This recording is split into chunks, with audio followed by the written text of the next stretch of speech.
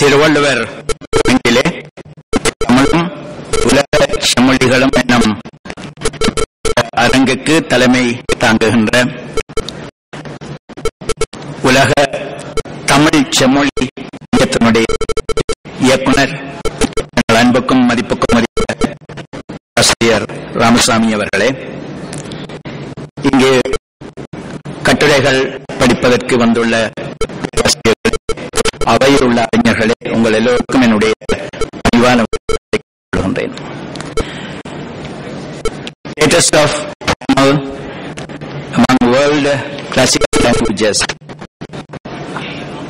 The Western missionaries have contributed massively to translate Vedas, Upanishads, Ramayana, Mahabharata, works of Kalidasa, Bharati, Maya, etc. Scholars Max Muller, Felix Donald, Kate, Sir William John played a leading role in bringing Sanskrit to the world. Similar attempt has not been made to bring Tamil, another classical language of India, to the world. But Dr. G. Pope, by his translation of Thirukural and Thiruvalluvar, the world to know that in India, apart from Sanskrit, there is another equally rich language called Tamil. Further, the establishment of an international association for Tamil Research in 1964 helped in a big way to bring Tamil language to the forefront.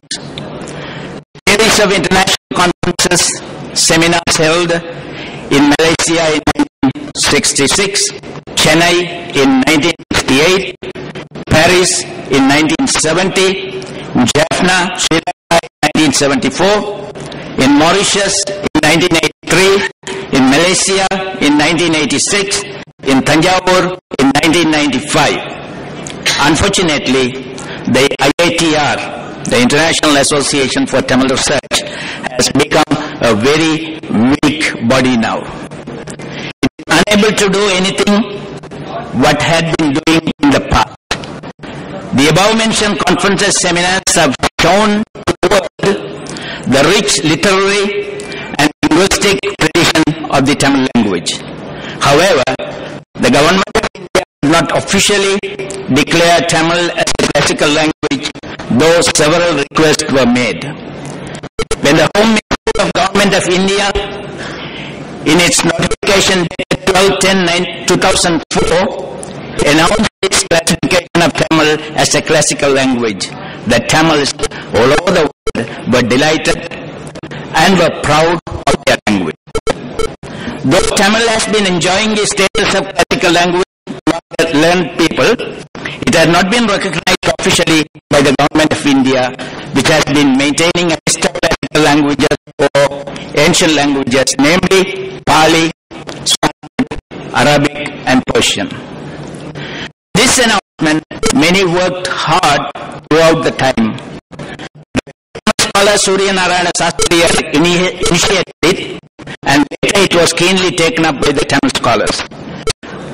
On the stage asked whether Tamil possesses a level of excellence to be among the world classical languages. A closer look at the literature, language and the culture of the Tamils has to be done. Before that, let us have a look at the other world classical languages. A bird's eye view of world classical language. Greek is the language of classical ancient Greek literature and the New Testament of the Christian Bible.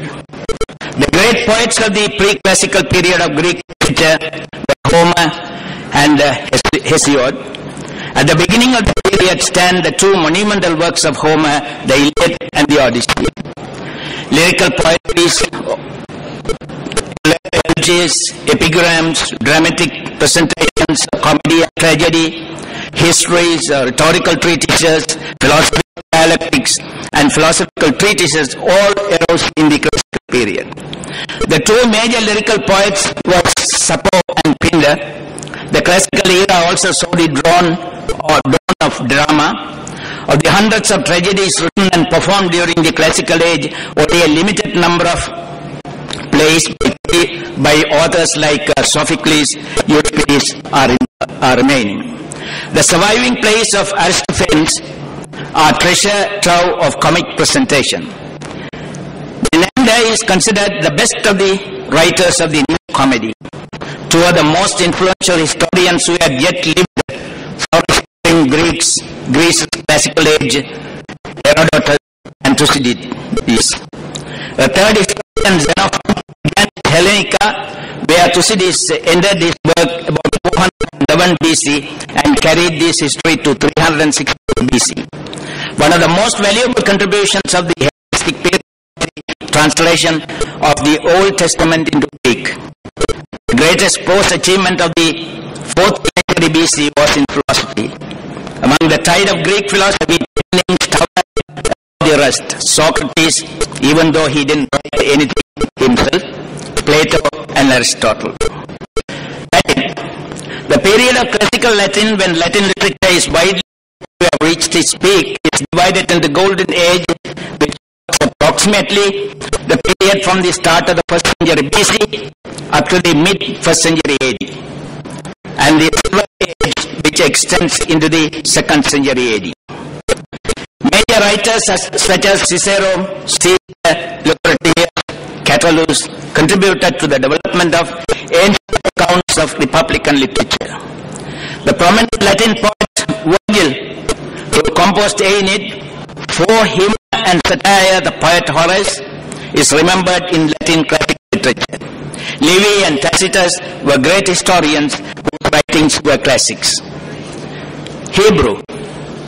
Biblical Hebrew, also called the classical Hebrew, is a form of the Hebrew language in which the Hebrew Bible and various Israelite inscriptions were written. It is not spoken in its pure form today. Although it is often studied by Jews, Christian theologians, linguists, and Israeli archaeologists to help them gain a deeper understanding of the Hebrew Bible and Semitic philology. In its widest sense, classical Hebrew means the spoken language of ancient Israel, flourishing between 10th century BC and the turn of the 4th century AD. By the start of the Byzantine period in the 4th century Common Era, classical Hebrew ceases as a regularly spoken language, roughly a century after the publication of Arabic. Classical Arabic, also known as Quranic Arabic, is a form of the Arabic language used in literary texts from Umayyad and Abbasid time, the 7th to 9th century. Because of is written in classical Arabic, the language is considered by most Muslims to be sacred. It is the only language in which most Muslims recite their prayers, regardless of what language they use in everyday life. The birth of Arabic prose as a literary form is attributed to the Persian secretarial class who served under Abbasid caliphs in Baghdad. Chinese. Classical Chinese or literary Chinese is a traditional style of written Chinese based on the grammar and vocabulary of ancient Chinese, making it different from any modern spoken form of Chinese.